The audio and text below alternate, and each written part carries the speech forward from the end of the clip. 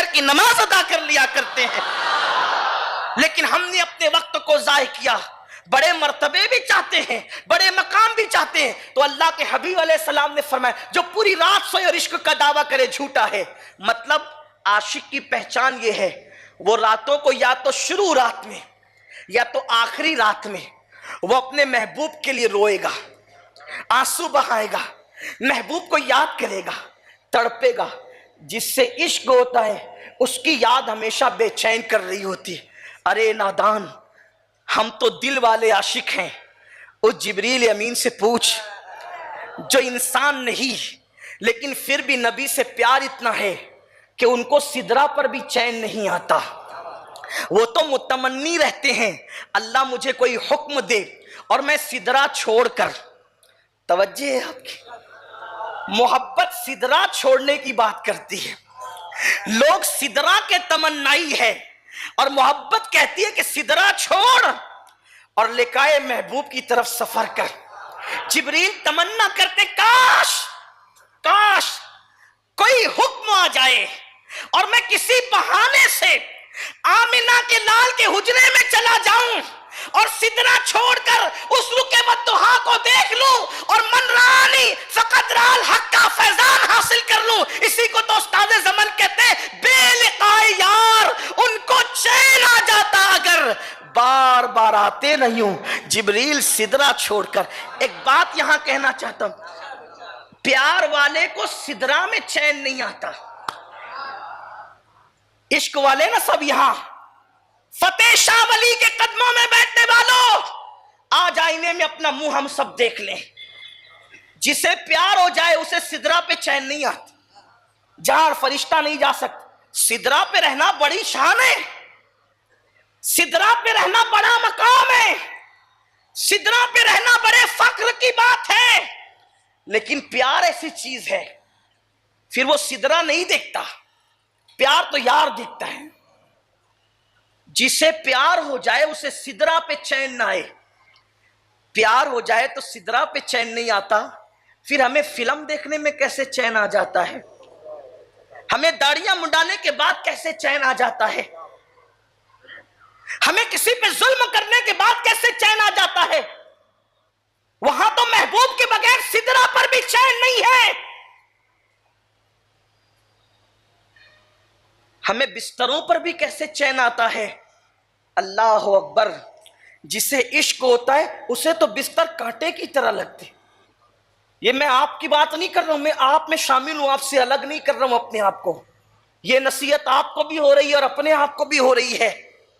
بستر کانٹے لگتے ہیں. دیکھ لو آپ، ابھی کل ہی عرس گیا میرے آقا امام الصحابہ سالار صحابہ افضل البشر بعد الانبیاء بالتحقیق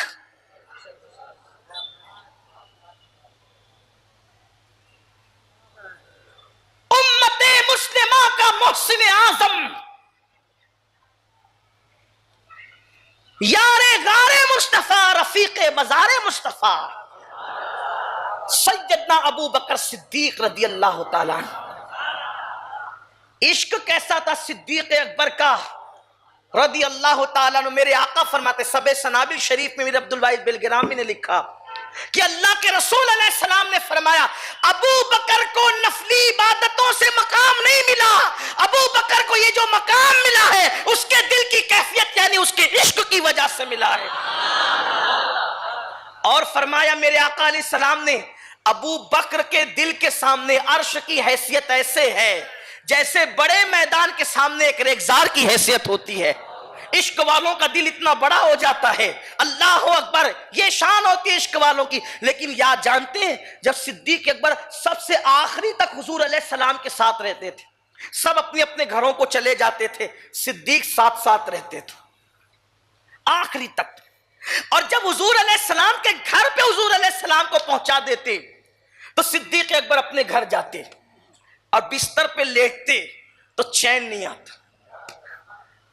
جیسے مچھلی کو پانی کے بغیر چین نہیں آتا، بلکہ یہ جیسے مجازن کہہ دیا، ورنہ مچھلی اور پانی کے عشق کی حیثیت کیا ہے.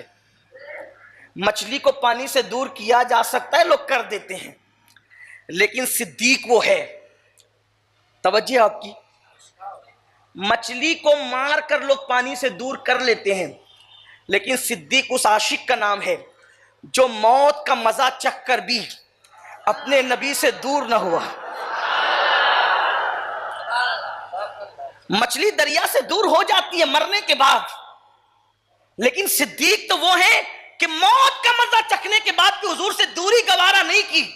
اور ایسا لگتا ہے کہ جیسے آج بھی تھپکیاں دے کر مصطفیٰ جان رحمت اپنے ابو بکر کو اپنے پہلو میں سلا رہے ہیں. عشق کا انعام یوں ہی ملا کرتا ہے. تو سیدنا صدیق اکبر رضی اللہ تعالیٰ عنہ جب حضور علیہ السلام کو ان کے گھر پہنچا کر اپنے گھر جاتے اور بستر پہ لیٹتے، بستر پہ لیٹنے کے بعد سیدنا ابو بکر صدیق کو چین نہیں آتا. بیوی دیکھ کر چین نہیں آتا، بچے دیکھ کر چین نہیں آتا، گھر دیکھ کر چین نہیں آتا، بلکہ پھر صدیق کیا کرتے؟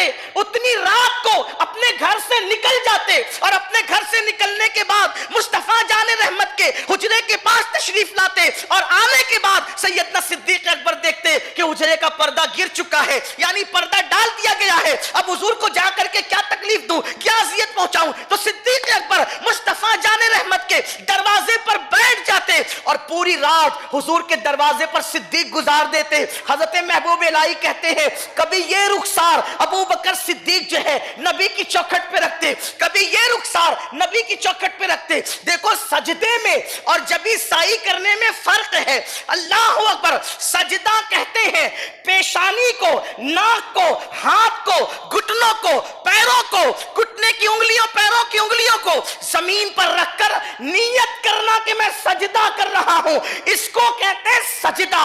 اور تعظیماً جبی سائی کس کو کہتے ہیں؟ اللہ اکبر. اپنا چہرہ، اپنا رخسار یار کی چوکھٹ پہ رکھ دینا کہ میں سجدہ نہیں کر رہا ہوں بلکہ اس پر میں عمل کر رہا ہوں. اسی کو تو حضور مفتی اعظم کہتے ہیں کہ سنگے در جانا پر کرتا ہوں جبی سائی، سجدہ نہ سمجھ نجدی، سر دیتا ہوں نذرانہ.